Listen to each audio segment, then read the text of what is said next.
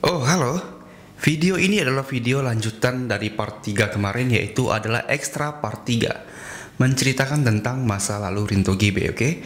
Langsung saja saya bahas ceritanya sebelum kita masuk ke part yang keempat. Oke, kita mulai. Sekarang, mereka kembali melanjutkan mencari lokasi Ibu Rin berada.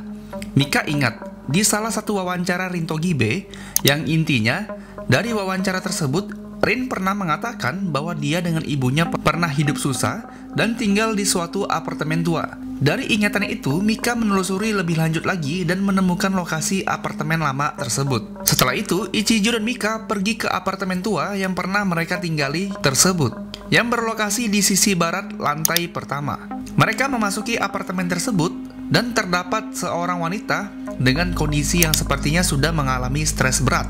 Dia sedang menggali tanah di dalam rumah. Ichijo dan Mika dengan tenang menyaksikan hal tersebut. Dia adalah Yukari Yamano yang terus menggali sambil mengatakan, "Manami, di mana sopan santunmu?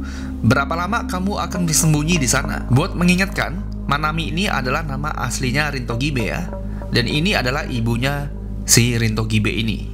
Setelah berhasil menggali di dalam rumahnya, Yukari atau ibunya Rin ini mengangkat sebuah tengkorak kepala yang sudah menguning. Dengan di bawah sana masih terdapat tulang belulang. Yukari mengatakan, "Manami, akhirnya kamu keluar.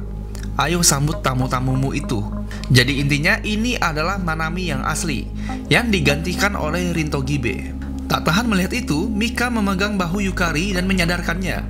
Setelah tersadar, Yukari membanting tengkorak tersebut dan menginjak kepala tengkorak tersebut hingga hancur. Lalu, ibu Yukari ini yang tadinya perkataannya lembut berubah menjadi cacian ke jasad dari Manami ini dengan mengatakan kalau dia adalah anak yang tidak berguna ataupun anak yang nakal. Isinya umpatan semua. Setelah itu Yukari menangis.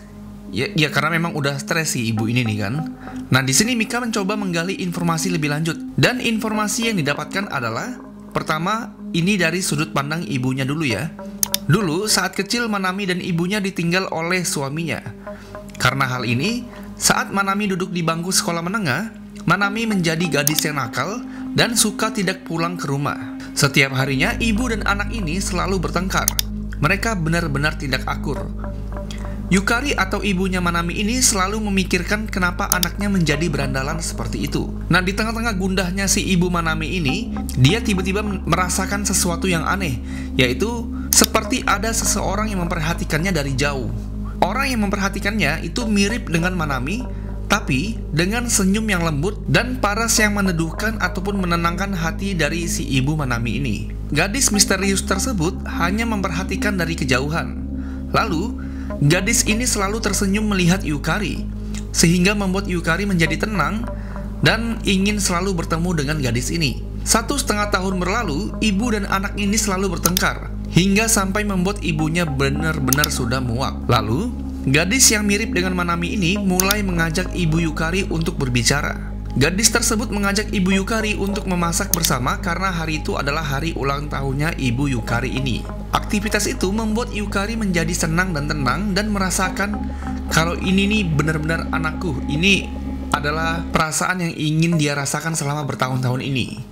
Oke, tapi malam itu menjadi malam dari akhir penderitaan si Yukari ini. Saat gadis yang mirip dengan Manami dan Yukari sedang makan malam, Manami yang jahat ataupun Manami yang asli pun datang. Terjadilah cekcok di antara mereka dan keributan di antara ibu dan anak itu.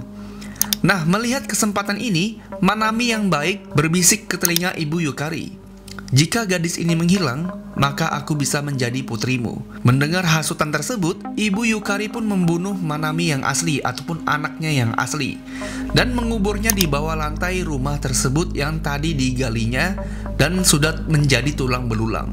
Setelah menceritakan itu semua, Yukari mengambil smartphone milik Rinto Gibe atau Manami palsu. Dia sengaja mengambil itu karena itu adalah smartphone yang berisikan kenangan-kenangan dari Rinto Gibe dan juga si ibunya ini. Nah, tapi setelah Yukari mengecek smartphone tersebut, ternyata tidak ada apa-apa di dalamnya. Tidak ada satupun foto di antara mereka di dalam smartphone tersebut. Lalu, Mika pun membentak dan menyadarkan si Yukari ini. Mika menceritakan bahwa Manami yang asli Sampai akhir hidupnya dia tidak ingin memiliki tato. Kenapa? Karena walaupun dia sudah dipaksa oleh teman-temannya, dia tidak ingin memasang tato di tubuhnya agar tidak dibenci oleh ibunya. Jadi dia masih memikirkan ibunya lah kalau untuk hal tato ini.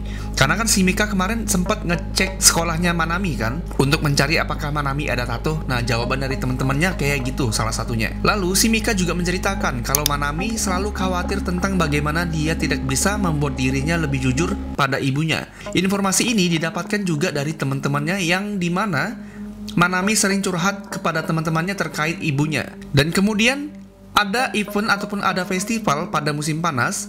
Di sana Manami mendapatkan cincin dan berniat untuk memberikan cincin tersebut di hari ulang tahun ibunya. Kapan hari ulang tahun ibunya?